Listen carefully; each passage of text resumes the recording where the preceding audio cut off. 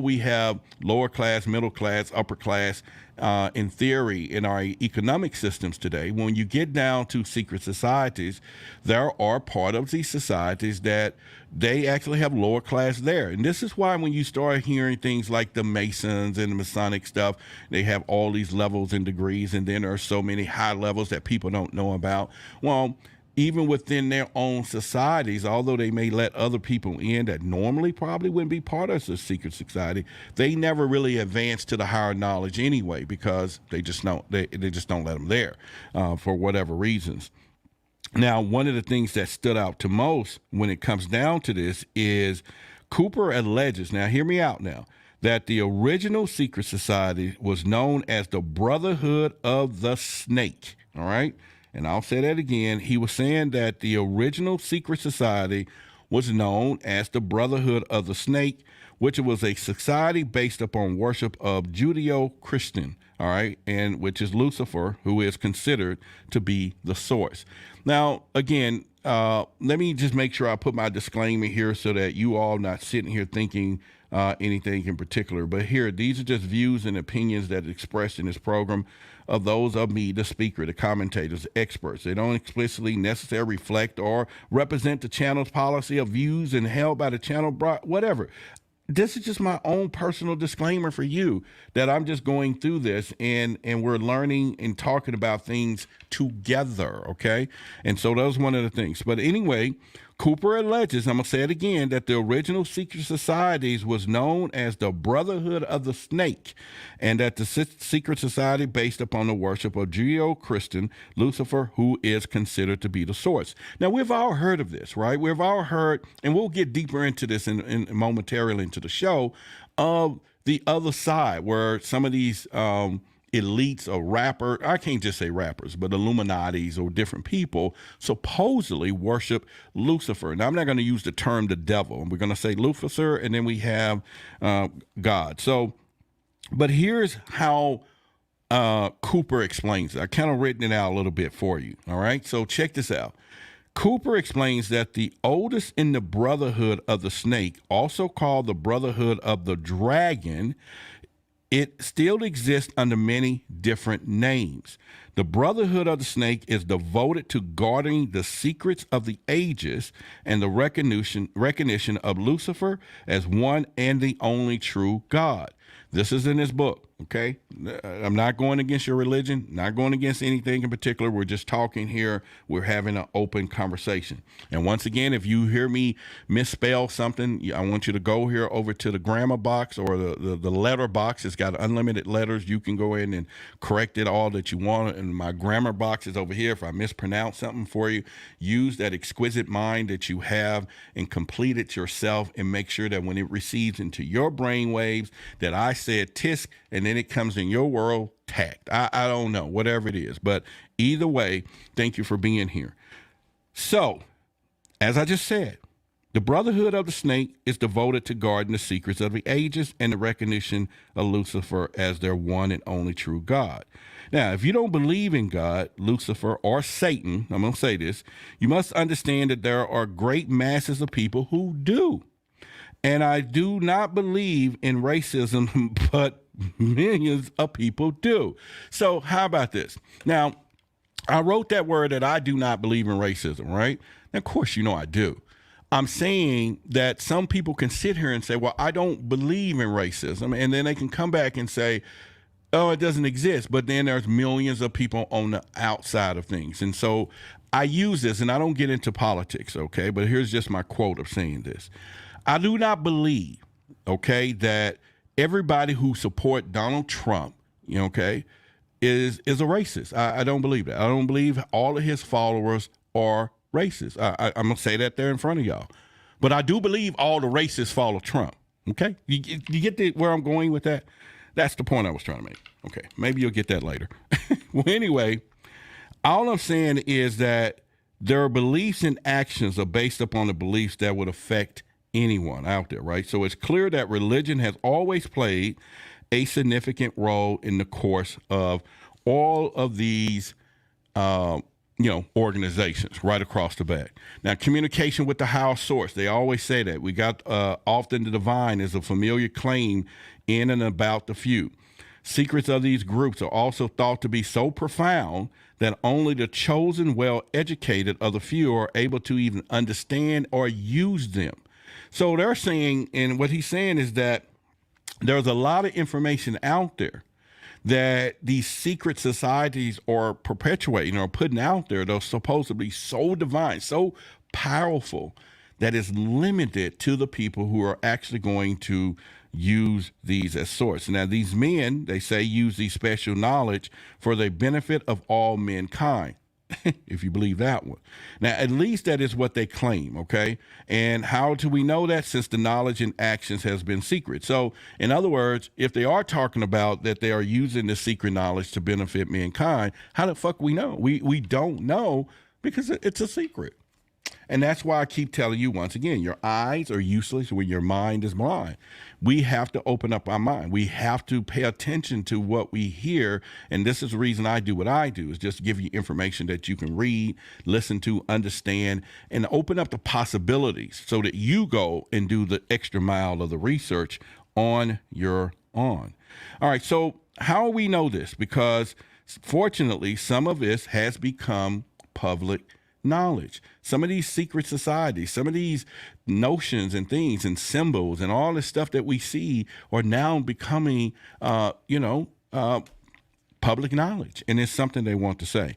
Now, in this book that I'm talking about here, Behold the Pale Horse, the author, William Cooper is his name. He shows his knowledge of secret societies. And one of the things that I think was interesting was something that he wrote in here. And I'm going to read this, what he says, okay? It's very deep, it's powerful, and it's going to set the tone for the whole night, okay? But again, we're only just touching the surface of this particular book. And I'm not an advocate for it, so you can go to Amazon, you can find it. I'm just a true, it has a lot of interest. But anyway, one of the things I put here was that his knowledge is what I notice here. He's saying that, Bill Cooper saying, a method is what these, and we're going to get into what these secret societies are using. So pay attention, okay? Follow along with me. The method of deciding exactly who becomes an adept may be decided during the initiation by asking the candidate to spit, okay, upon the Christian cross. So they're saying is that when they first going to initiate you, the first thing they want you to do is to spit on the cross. Now, if the candidate refuses and say, no, I'm not doing that, the members congratulate him and tell him, and listen, if he don't do it, they're saying they congratulate, and they're saying you have made the right choice as a true adept, that you will never do such a terrible thing. So they congratulate. Oh, great. You want spit on the cross. Okay, fine. We're going to congratulate you. You made a great choice, and we don't want you to do that. This is what they tell them. Now, what happens is that the newly initiated might find it this discerning. However, he or she never advances any higher. So what happens is, think about it. Because they bring you into the secret society, they haven't revealed themselves. So they can't send you back out to the world that you no longer knows that they exist. They just say, okay, we're going to give you some initiations and tests on how far up into the secret society we're going to allow you to grow and learn and have access to through a series of different tests. And that was the basic one. So what I'm saying is, once they don't brought you in, it's no turning back to saying, hey, okay, now you got to go back and tell everybody you never met us. We never was here. They don't do that. You're welcome. You were part of the brotherhood because you made the first what we would call cut to become part of the brotherhood of the secret society. So they bring you in, but they don't allow you to grow in the house. If instead, let's just say someone did spit on the cross, he and she has demonstrated a knowledge of one of the mysteries and soon will find themselves as a candidate for the next higher level. And it's in the book. He talks about it. So the first test is for them to spit on the cross, and ones who might say, I'm not doing it because blah, blah, blah. They don't ridicule them. They don't say anything. They congratulate them as though they made the right choice, which whatever. See, in other words, whatever choice you make is yours. There's no such thing as a wrong choice, because each choice determines, I think, your destiny, your decisions of where you're going. Your skein is woven at this point anyway. It's already been. So they're not saying this bad choice or this choice. So I think we can probably apply that to life maybe. I dated this person and I had a child by this guy when I shouldn't have. No, either way was your choice, and at the time was the best choice for you. It's just it alters a direction of how life goes out. I would assume that is the defined moment of all of that, right? All right, let's continue so we can go deeper into where we're going with this. All right, so, and like I said, we're talking about chapter 2. So when you get this book, you'll be able to gather some of this information on your own and go deeper there. So once he has demonstrated a knowledge of the mysteries and soon will find himself as a candidate for the next level. The mystery is not that, the mystery is not that religion is but a tool to control the masses. So it's not that, but it is. I'm sorry. The mystery is that religion is a tool to control the masses. So if you already figured that part out, then that means that they can know that now that you're not going to be, convoluted of your mind of what religion does to tons of people, right? So they're just saying that that's the first mystery for you to learn, is that religion is but a tool that is used to control the masses. Knowledge or wisdom, on the other hand, is their only God, all right? And through which man itself will become God. So I was reading something, and I actually was going to put this on a shirt, where it was saying that it's not that knowledge is the true power. It is, I don't know if it's not so much a knowledge they were saying, but I think it's like having the great ideas or doing something with the knowledge is going to be that. But that's something that they're saying here as a secret society. So it's all about knowledge and wisdom, which makes sense because this is why they saying that you're part of a secret society. I'll look over here in the chat in a little bit and we can get y'all into the conversation as well. Now, it's getting ready to get deep here because the snake and the dragon are both symbols of wisdom. Now, I was watching a video on Gaia, and it was talking about the reptilians, and we're going to get into this another time. I got to get with my team, and we are going to watch this thing together or something. But the whole point is he was talking about the snake and the reptilians and how all of this stuff will reveal. We'll get into that, but it was a great correlation between good and evil and what we are now interpreting as evil in some places to really was meant to be something else. And the fact that we're seeing it that way, and when I say we, the masses, it was on purpose when it comes down to that. But anyway, the snake and dragon are both symbol of wisdom, and Lucifer is the personification of the symbol. So it is him, and it was Lucifer who tempted Eve to entice Adam to eat the tree of knowledge and thus free man from the bonds of ignorance. So now it's almost to say that what we now deem and want or was told or grew up as in this book saying that, oh, the Adam and Eve story, and Eve bit the apple and sent us into a peril of all the bad shit, is saying that no, it was designed the fact that by doing this was to awaken us to a point that we can get this knowledge or whatever. All right, vice versa. But do it yourself. Like I said, get the book, go into that from there. All right, so also they're saying the worship, which is a lot different from study, okay, of knowledge, science, and technology is Satanism in its purest form, and its God is Lucifer. Its secret symbol is the all-seeing eye and pyramid. So how many of us think about that when we look into all of that, understanding that when we see the all-seeing eye? So here's the difference that I'm saying that makes perfectly sense. I made sure I wrote this out. He says to the worship. You remember Billy talked about the worship gene and all of this. He said the worship is a lot different from studying. So people going to church on Sunday, worshiping, and they're told to turn to this scripture, and now they're worshiping. It's a lot different than someone actually studying and interpreting and learning and gaining that wisdom of what is happening within the word is the word, and the word is the word. And how do y'all think about that? What are y'all thoughts about understanding there's a difference between study and worship? And which I'm sure some people do go home and study their Bible, but there are people who only worship on Sundays. What are y'all thoughts about that? Put it in the chat. Let me know, and we'll get into that as well. So again, I think that's pretty interesting when it comes to that. And I'll look and see if some of y'all are in the conversation with me, or am I here by myself? Am I here by myself?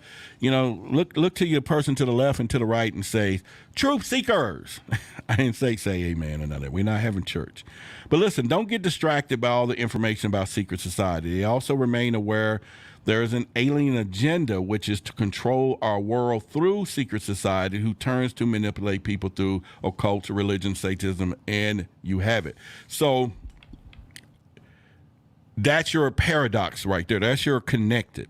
Even though there are secret societies that we all know and how they're working together, and we'll get into that later on here in the show, they're still ruled by the aliens on top of that, who says we can't rule billions of people. They can overtake us, right? We know this. Man, a group of people can do that.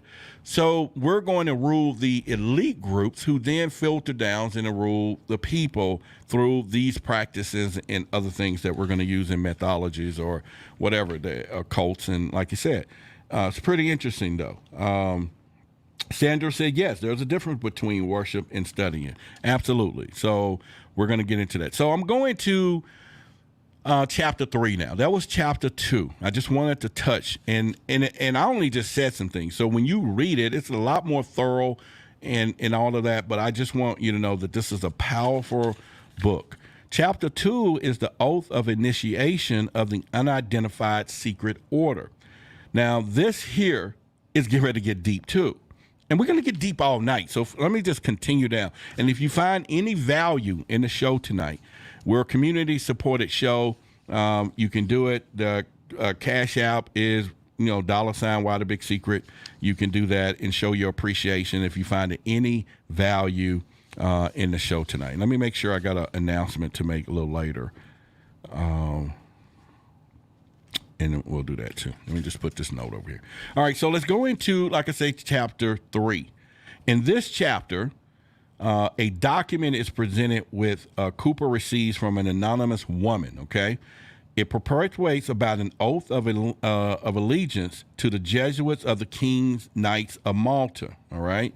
And in this oath, the recipient, which would be whoever recipient who gets it, is bound to the society upon pain of death and everlasting torment, and agrees to freely and wholly subrogate his personal will to that of his superiors. Think about what I just said, and we'll go deeper. He agrees, or the person who's receiving agrees, that the relentless murder and torture of anyone outside of society is not sinful or wrong, and promise to always do what is in best interest of the society on pain and death.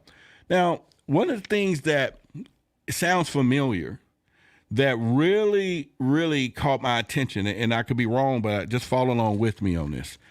One of the strange aspects of this particular oath is that the recipient declares that it applies to them even as a corpse.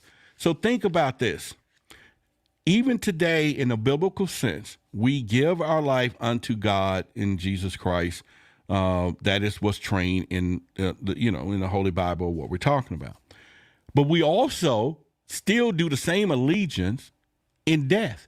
So not only we're going to, and that's what he's saying, it's like this is so profound that the recipient receives this, the doctrine or whatever they're taught is to follow this book, this guidebook, if this was AKA the Bible, to the extent, and you're not going to only follow it now, but when you die, you're going to follow it to the next life. You're going to be under the same allegiance and everything else. It's really trip, when it gets down. So what do y'all think? Think about that for a moment. The oath initiation are required in all secret society. They all have them. and they're what keep the members under complete control.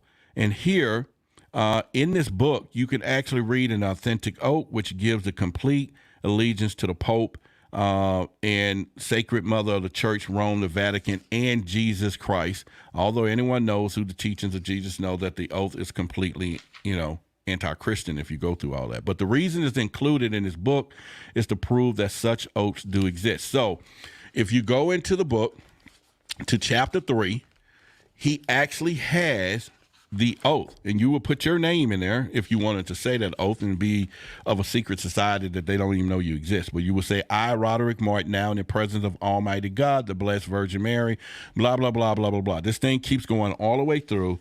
And yes, it's all in the deal of mind control, as Girl from the Bay just said. That is exactly what I will get into in a minute, that this is all designed for that, people. It's all designed. So you got to get this book, Behold of the Pale Horse, if you want to get off from under the regime. Now, let's get into, that was chapter 3. Chapter 4 is about the secret treaty of Verona. Okay, if you never heard of that, I'm going to go through this real quick. And like I said, we're going to go through a few of them. It's good stuff. And if you just joined us, we're just going through the Behold a Pale Horse by William Cooper, a book that I will tell you was life-changing information, and it goes everything from secret governments all the way to the, from UFOs, aliens, you name it. This dude here was going through. So let me go to chapter 4, The Secret of Verona. And like I said, I'm just giving you overview. You're going to go and read it all deep in front of that. So in this chapter, he presents extracted text from the congressional record, the Senate in 1916. Now, this document cited and quoted in the congressional record was originally printed in the American Diplomatic Code in 1778 through 1884. Now, the text records as the Senate conservation about the secret European treaty agreed in 1822. Listen to this. So by Austria and France, Russia, and Prussia, the treaty resulted in the establishment of the Monroe Doctrine, which Cooper concludes that the chapter about arguing that the secret treaty of Verona demonstrate the existence of the so-called black nobility. How many of you heard of the black popes or the black robes or all of this? And you remember when we had our guest on, Darren, who was, his dad was of the Shiites. He talked about that some of the rituals that was going through with the Jackson 5 some were in black robes, some was in red robes, and I don't know how close that is, but when you get to the secret societies, there are supposed to be a group of black robe popes or whoever that are ruling everything, and they're supposed to be the black nobility, which is what he's talking about. That is, in the European monarchical dynasties were disposed publicly but continue to actually rule behind the scenes. Yeah, so they're supposed to be the ones who's ruling everything. And if you go deep into it, look that information up. Now, through modern day heredity, but the secret kings and princes, lords over Europe, use the parliaments and elections as what they call a cover-up to modify the public sense of fair play.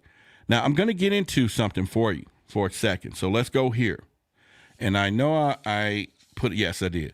So Senator Robert L. Owen brought to light a silent declaration of a war against popular government secretly schemed by the monarchic nations shortly after successful American Revolution and America's second successful victory against British in the War of 1812. Now, listen to this. The secret treaty of Verona, which was in 1822, referred to as contractors as the Holy Alliance. Kings of Austria, France, Persia, Russia, they all provide positive proof of the conspiracy. Now, Senator Rowan makes it clear that the threat of this treaty was the exact basis of the Monroe Doctrine. Now, I don't know if you've heard of the Monroe Doctrine, and I really didn't, okay? And so I took the time to pull it up for you to give you some context with that, and so we can get a better understanding of what that means from there. And like I said, we will continue to go with that. Now, the Monroe Doctrine or doctrine or whatever, was a major cornerstone of the American foreign policy for nearly a century. And here's how it went. Now, check this out. You can't make this stuff up, okay? The context in the early 1820s, many Latin American colonies have gained independence from Spain and Portugal, and European powers, however, were interested in reinserting control, establishing new colonies in the Western Hemisphere. President James Monroe Declaration in 1823, his annual address to Congress, Monroe outlined a policy that asserted the Western Hemisphere as the United States sphere of influence. And here were some key points of this. Took note. The U.S. would oppose any further attempts from European powers to colonize Americas. Non-intervention. The U.S. would not interfere in internal affairs of existing European colonies in the Americas. Separate spheres. In exchange, the U.S. would stay out of European conflicts and politics. Now, why was this so important as we can go deeper? I think why it was so important is the protection of America. The Monroe Doctrine serves as a warning to European powers that the U.S. would view any attempts to exert control over America as a threat. Now, I'm not going to keep going into this. I got a lot more, but I just want you to look that up yourself, and then you can get an understanding of all this secret stuff that is put together while we are in operations today. So these people are not playing. These things are happening in real time and pretty much. And I think it's just one of those things that we can look at as well.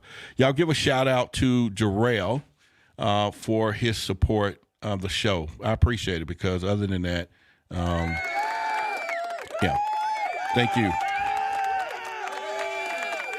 All right, so yeah, y'all give him a shout out for Cash Apping and supporting the show.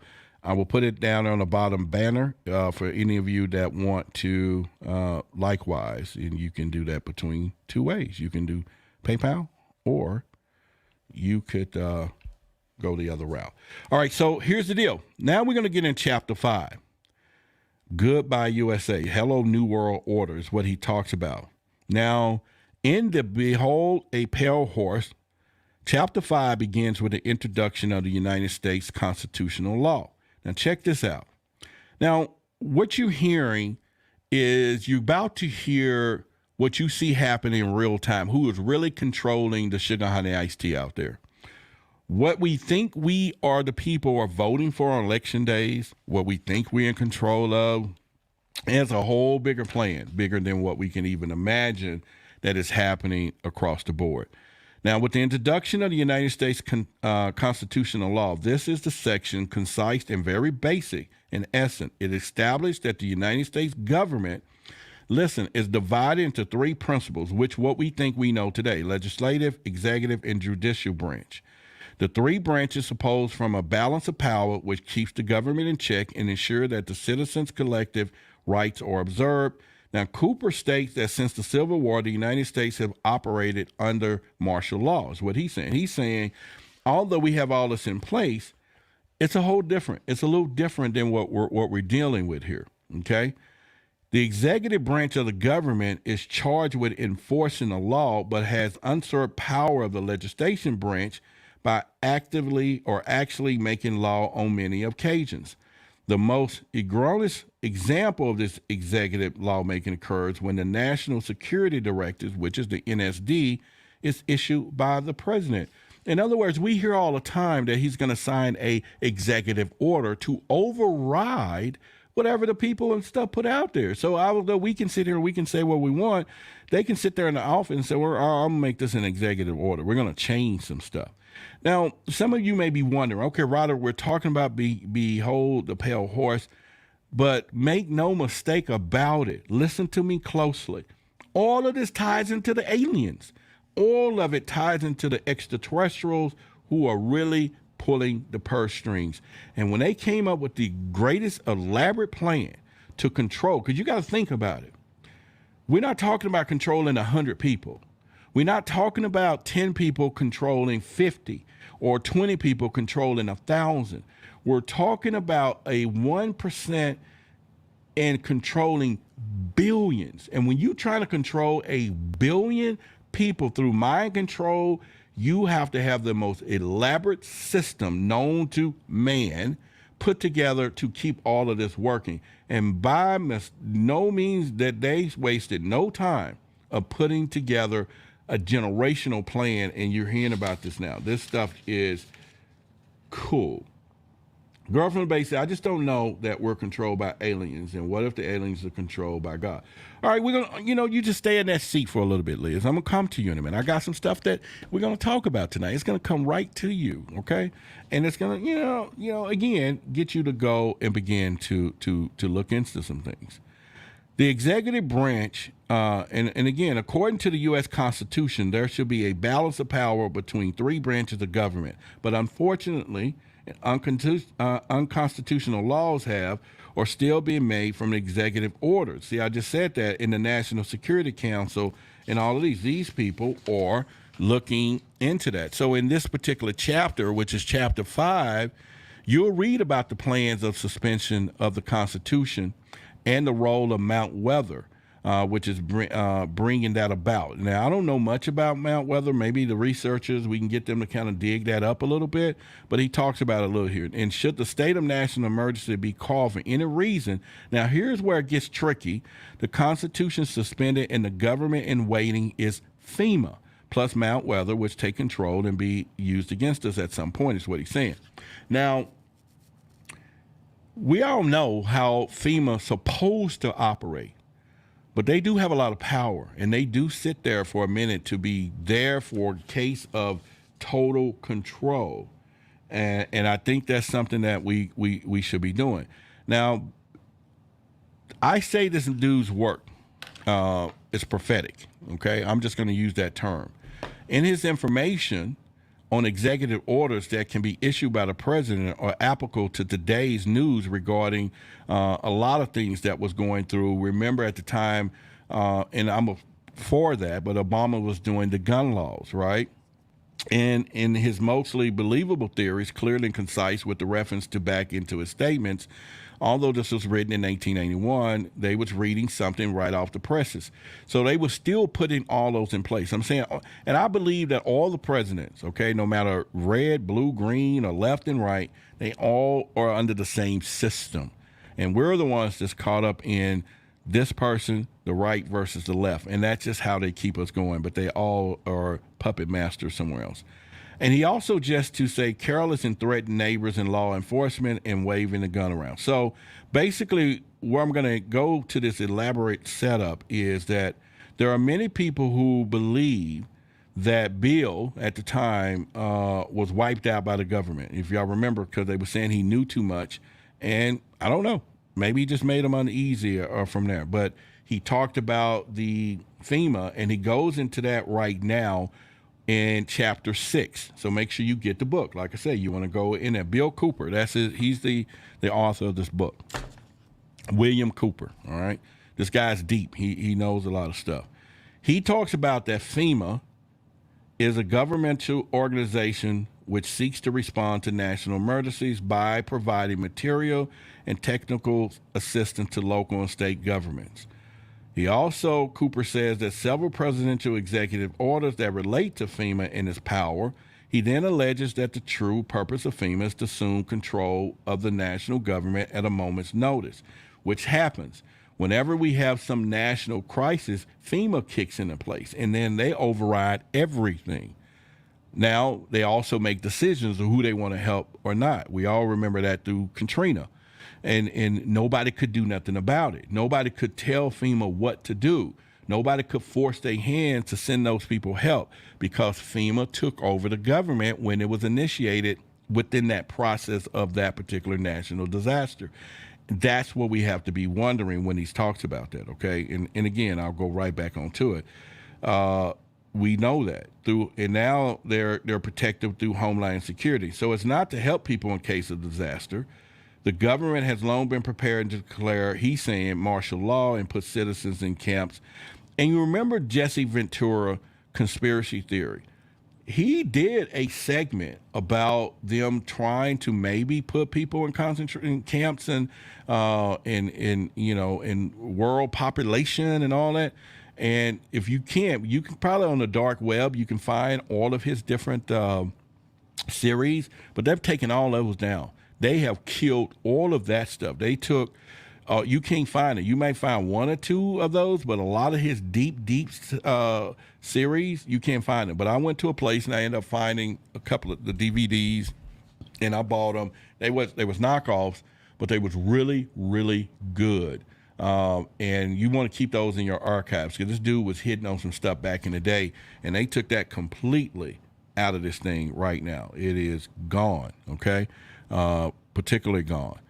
All right, so another part of this is, if you think about it, there's supposed to be something called Iron Mountain. Y'all need to look that up, and they're supposed to be able to control a few things from there as well. So I'm not really for sure, but we'll get into that too. Now, here's where we're going to get into a little bit what Liz was just talking about. Okay, I told her I'll come to her chair in a few minutes. In Chapter 7, okay, he talks about Anti-Drug Abuse Act of 1988, the H.R. 5210, which is analyze this thing, is a brief chapter. He notes that there is a law, 366 pages of small print, page 158. You want to go. And the comments that he found are much of what he called unintelligible. All right. He argues, however, check this out, that the law is not aimed at drug control, but instead it seeks to enforce mind control on a grander scale in preparation for the emergencies of police state. So, Liz, this is where he kind of concurring with what you were just throwing out there, okay? And he's saying that although the government has put in place an Anti-Drug Abuse Act of 1988, and it's 366 pages, this actually, he argues, this law is not aimed to at drug control. So we're thinking all of this stuff is a little different. He's saying that instead it seeks to enforce mind control on a grand scale. And he said, although it appears that Cooper's conclusions do not derive logically from the facts presented in a brief, it does take you down the laws of sectional titles, discuss it in some of the equipment appropriated by the law, and comments on the funds disclosed. He concludes that the law is and urges it to people to resist it. So where it is, so that you'll know, he says that Public Law 100 through 69, signed into law in 1888, is an excellent example of how Congress passed legislation which on the surface seems to be reasonable, but under the surface is really an attempt to suspend due process, trial by jury, and bring people about a police state. And this law is 366 pages of small print, so the public won't read it. It's too small. And, you know, it's kind of funny because my coach used to tell us all the time, and when we were young, he said, if you want to keep a secret, and he was talking about as a community at that time, and I'm not being racist about it, but he was like, man, if you want to keep a secret from black folks, put it in writing. They're not going to read it. And it was a test of testament, because we used to have a workout schedule that he would put on a board. And all of you, if you played athletics, you went into the locker room, if you were part of the team, depending on if it was like track, he would put up, here's what our schedule is going to be. And then at the small bottom would be paragraphs of stuff or whatever. But we just walk in, you focus, oh, we're going to do 1600s today, or we're going to be doing long distance training today, or whatever. And you head on out the door. And he did this social studies thing, really. He put down in one of the bottom paragraph, and he said, whoever read this, come to my office and get $20. And it stayed up there, I think he said, for like 3.5, almost 4 weeks. Nobody read it, because we all just, and he finally told us what it was. And ever since then, I read everything just because of it. And I thought that was one of the greatest training when I look back today, is that read the small print. Read the small print, because it may just be something in there for you. So Bill also goes into, we're going to go into chapter 8. Like I said, if you just got here, we're talking about Behold the Pale Horse, a pale horse. And let me give you something right here. Let me just stick this out for you.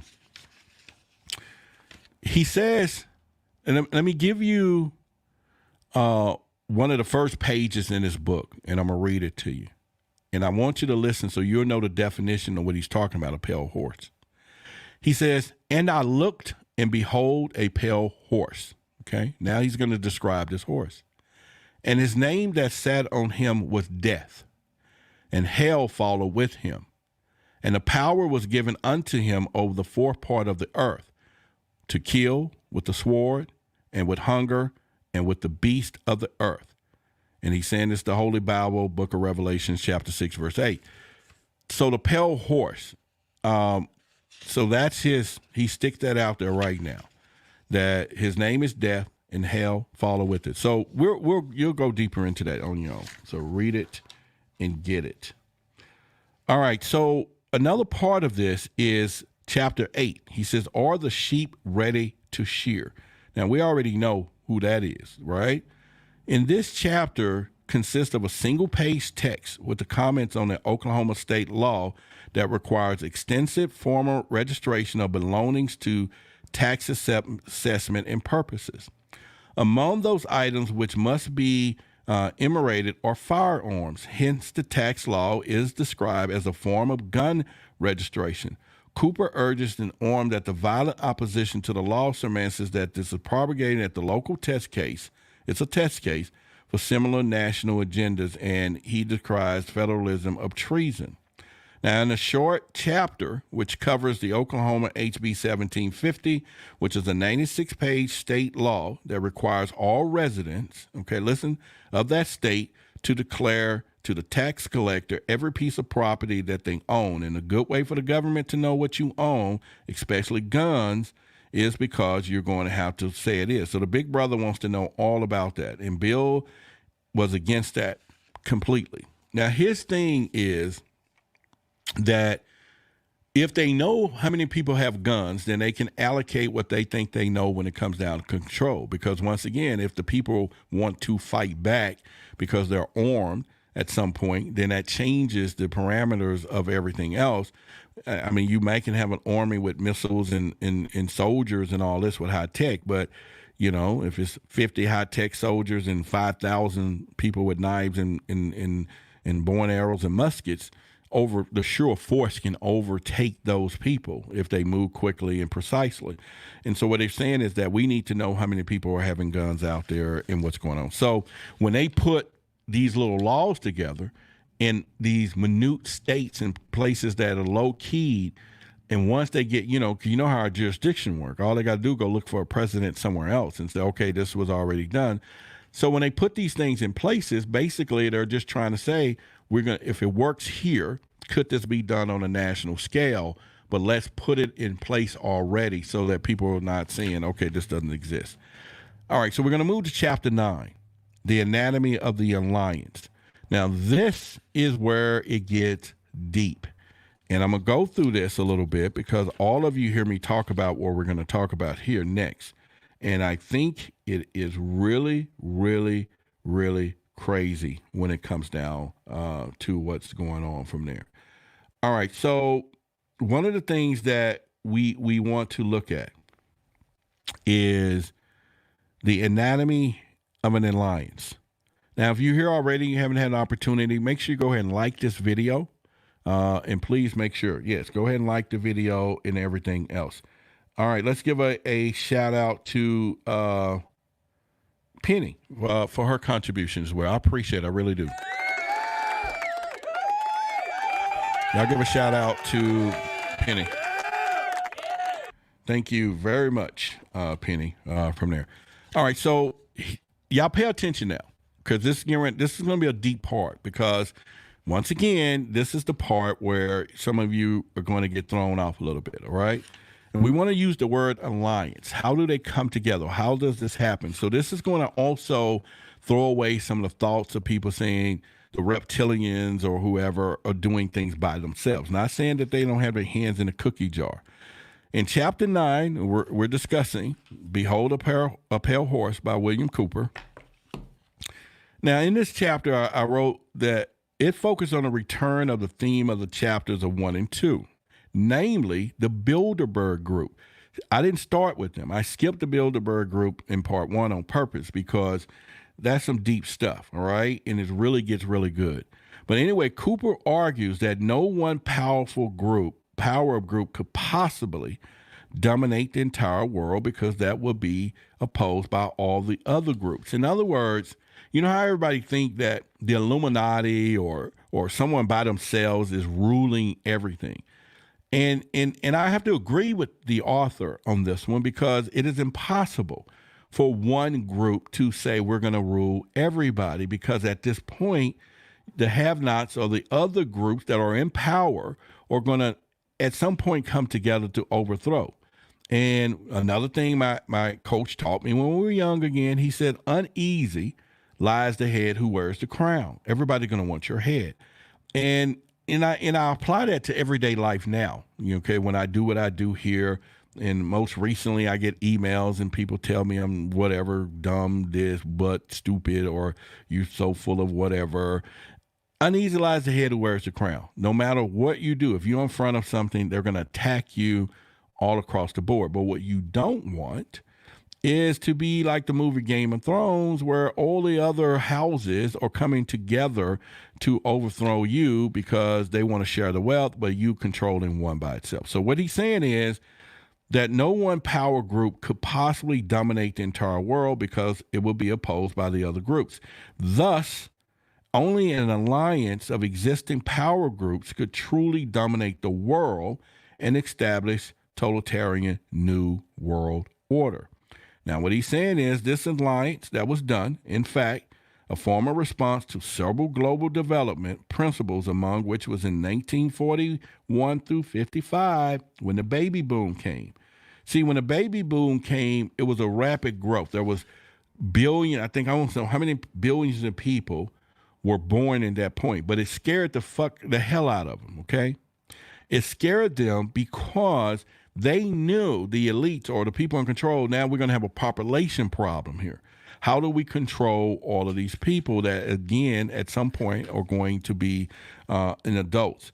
So this is when the rapid growth threatened the ability of the secret governments, okay, to manage population, and thus existing governments of alarmed by population growth and finding it threatening. This is why we kept hearing all the population control, and they did a lot of things to do that. So in this great chapter to read for those who believe it, of course, and I would tell you may not believe it, it's just that ethnic religious groups who are behind the world problems.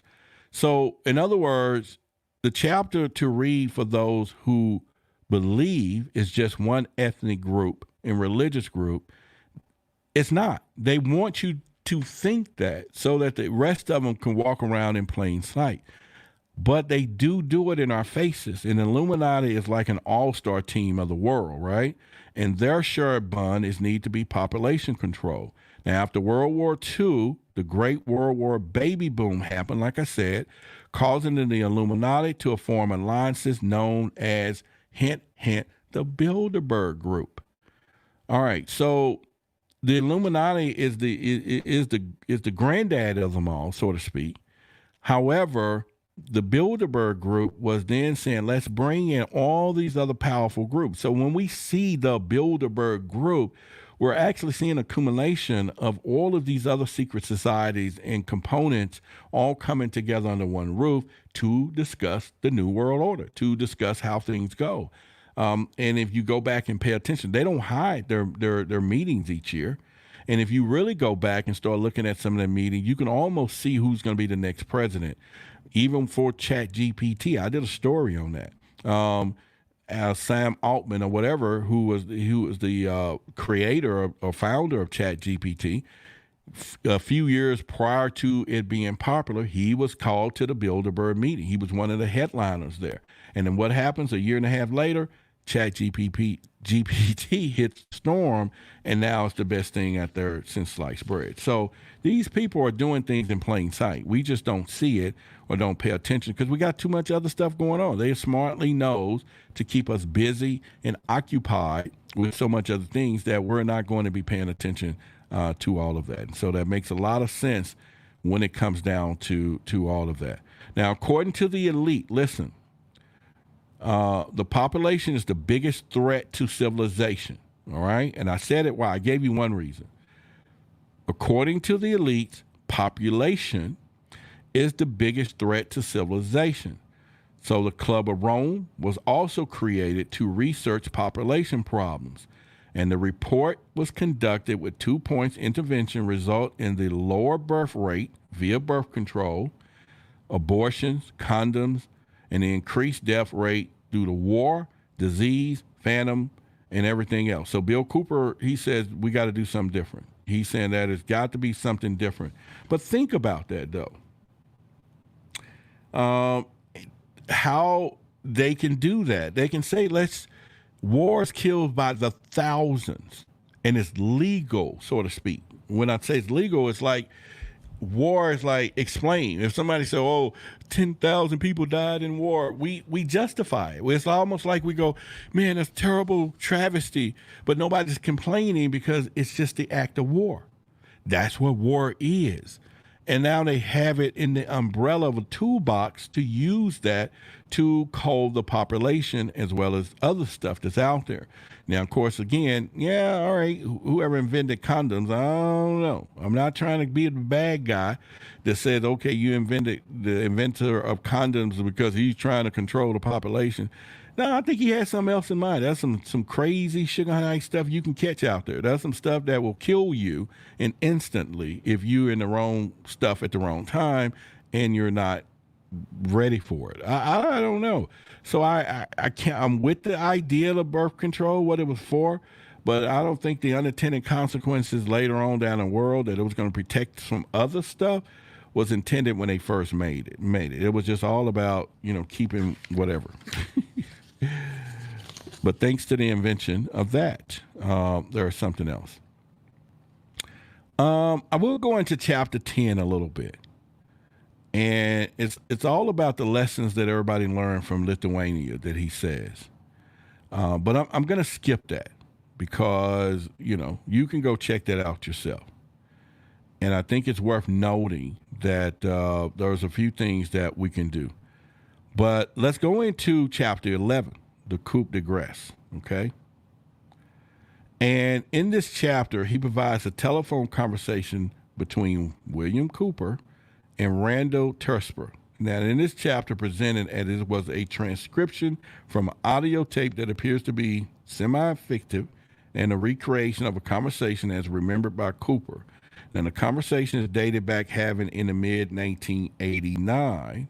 And in the conversation, he responds to Cooper's allegation that the resignation of Nixon at that time was supposedly been some type of military coup. Look that up yourself, because he, like I said, this book is full of conspiracies. It's full of them from cover to cover, but it's got to be some good stuff. Let's jump into one of my best ones that I like the most, which I delved into. I've talked about it a few times. I think you should go into look at it a few times. We're talking about the secret government. This is powerful stuff here, all right? In this chapter, he develops the central theories, Cooper, a text and attempts to synthesize the topics of preceding chapters. This particular chapter contains an assortment of materials, including previously published papers, delivered speeches, that is intercede with the later authorial and editorial comments. Listen to where we're about to go with this. The secret government, as most of you probably would think, would probably be some of these secret societies. Am I correct? Am I correct in assuming that when you hear the secret government that you're thinking, in fact, let's just do before I go deeper. When you hear the term secret government, somebody help me out who's listening, and especially my moderators, y'all should be listening and typing. What do you think the meaning of the secret government is? You know what I'm saying? And what do you think what we're saying when you say the secret government? All right, love to you, love. I've already gave my disclaimer, okay? If I mispronounce anything, you can go up there in the grammar box and you can correct it yourself. I'll give you a pass. But anyway, All right, Damon says unelected officials. Okay, that's cool. Anyone else? Come on, y'all get into this. When you think of secret government, Girl from the Bay says shadow government that controls the government. All right. The puppet masters is what Body Electric says. Come on, give me more. I know some more of y'all listening to this conversation because y'all got to. We're in this together. All right, so puppet master, is it the same shadow government?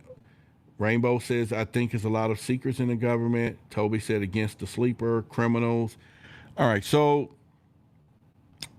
that's my point. And I'm going to shock you with what he's saying, who the secret government is. And it's one of those things. It's all good.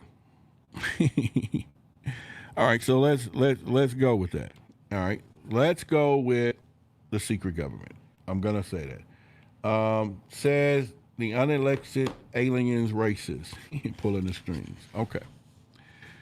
All right, so what he's saying is the chapter contains assortment materials, previously published papers, and their antecedent later authority, finally, later editorial comments.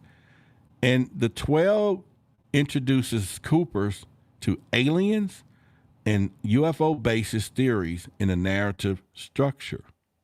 All right. So the real power, he just said it, between 1847 and 1852, listen, 16 alien spaceships, 65 alien bodies, and 1 live alien were recovered by the federal government. This unprecedented series of events called the United States federal government to engage in a wholesale deception of populace. Now, Cooper asserts that the alien created humanity, listen to me, through genetic manipulation, which we've all heard, that the aliens wrote prophetic sections of the Bible by using time travel technology. The aliens wrote prophetic sections of the Bible by using time travel technology. Do I need to say that again? They use time travel to come in and fix the Bible. And the aliens have produced holographic recordings of the crucifixion of Jesus Christ. So he's saying that is the plan of the plans, that this was the plan of the plans. This was huge.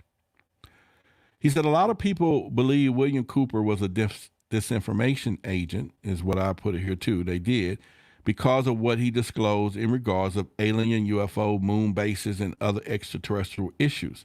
He also claimed that he only imparted to the public what he read on top secret documents while he was at the Naval Intelligence during the 1870s, and he really did say that. So this guy was saying that he was part of Naval Intelligence, so he read all of this stuff. And like I said, this is a good one, folks. This is a good one for you to get right across the board. It really is a good one. Chapter 13. Chapter 12 is one of my favorite. And actually, I did a whole show a while back on the secret government. Remember, I had those documents that I gave people, all that secret government files itself that he wrote and talked about. Some people made donations, and I sent them a copy of it, and I think it was some of the best reads that a lot of people had, and pretty much I'm not going to, anyway. Chapter 13, treason in high places. Now, the brief Chapter 13 presents an Article 6 of the United States Constitution in contrast in the Charter and Treaty of the United States.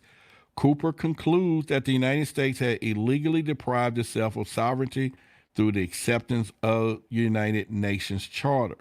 He's saying that we've already given all this stuff up, our freedom up a long time ago. President Truman, by signing the UN Participation Act in 1945, deliberately attempted to destroy the sovereignty of the United States of America. Now, we also know Truman supposed to sign the Alien Treaty Act around about the same time.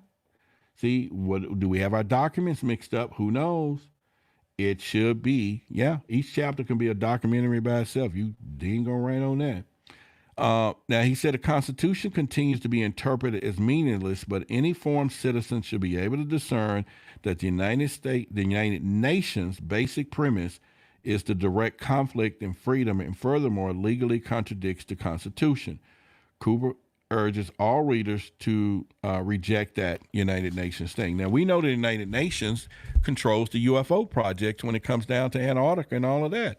They're controlling everything. You can't go over there without the United Nations approval. There's a lot of things that a lot of people can't do without the United Nations approval, and it's just so open that all of this stuff is connected to one another when it comes to this. So I think it's pretty interesting when you think about it. So who knows? We just need to see it as where it goes. All right, so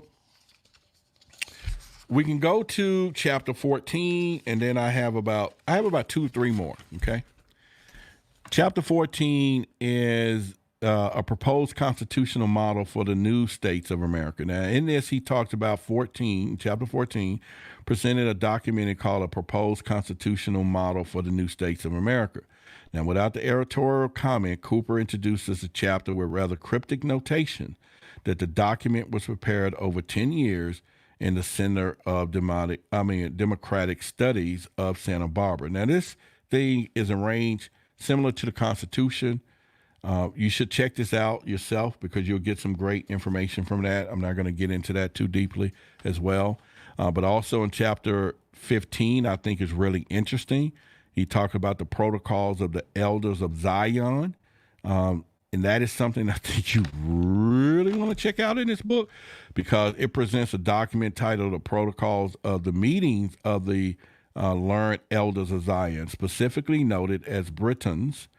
And the translation is Nihilus versus the so-called Protocols of the Wise Men of Zion. Now, Cooper introduced this chapter by noting that the exact reprint is the original text, which was written with the intentions to deceive. He suggests replacing the word Zion with Sion, with reference to Jews, with the references of the Illuminati, and states with the word Gaium, and presumably including all the derivations, should be replaced with the word cattle. And the document enumerates 24 protocols, perhaps the better rendered as the strategies for presumably obtaining the world supremacy. And the first published was in 1900s, and it was intended to be discredited by the Jews in the Soviet Union. So he's throwing all this stuff out there, and he talks about in 16. I'm not going to go into too much depth about Jonathan May, and this guy was talking about the bank system that you want to go into. Chapter 17 was the documentation of U.S. Army intelligence connected with the Satanic Church. This is deep. All right. It's in his book, man. I'm telling y'all, you should get it.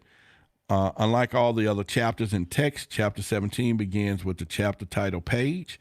It doesn't have one. He was like, I'm going to leave this blank. And it's comprised of newspaper, magazine clippings, and other declassified public documents in a composition that's unique among proper chapters, but is used extensively in appendix. Now, Cooper also presents no editorial commentary when he writes this. And so when you see this, he's going to present these things just as they are.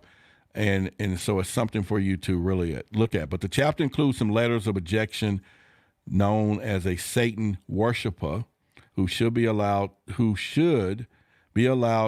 be a military officer in good standing. So at this point, for some reason, he's saying that this guy was a Satan worshiper, and they did not want him to be a military officer for some reason. And supposedly, if you think about it, those people are supposed to be having knowledge, and the other side was different, according to how they threw things out there. Okay, but you can go look that up yourself. Now you can go into the appendix of the book. You'll go through some UFOs in Area 51. He talks about that. Instead, he collaborates the existence of UFOs in this book, the secret nature of Area 51. He did the first segment, which is there. He also caused a sensation back in 1988. He did when he was talking about the UFO stuff. This guy was really deep. I'm not going to go too much deeper for you on that because I think that is something that you could check out and you'll be really interesting in seeing some stuff. And pretty much, I think it's really, really cool to kind of go into. Another thing I want to do, I want to make an announcement today too. I think it's going to be May 14th.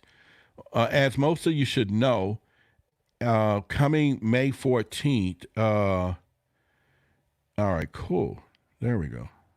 And yeah, come May 14th. Let me put it. Yeah. Well, May 16th, I'll be in Oregon at the UFO Fest. So make sure y'all know that next week, or if you haven't, go to the UFOfest.com. There's going to be in McMainville, Oregon. I'll be one of the speakers. Ryan Graves is going to be there as well. Ron James is going to be there. I'll be speaking on Saturday. It's going to be a parade. But I also got an email today that they're featuring the UFO Festival in their local news. All right. And it's going to be their KGV TV. And they want to feature me on the news report. So come May 14th, I'll be on their local news station live. They're going to do it via Zoom. And yeah, I'm getting out there, man. I'm getting out there. So obviously they like the content that we're going to be talking about Project Black, I'm sure, and what's happening with this and what's going on, because I'll be speaking about that for the first time in a big forum, which will be in 2 weeks or, in a few weeks. And so I'm really excited about getting that news today, because it really opens up the Pandora's box of what we're doing, and I'm on the right track to do some great things. So kudos from there, and I definitely appreciate it.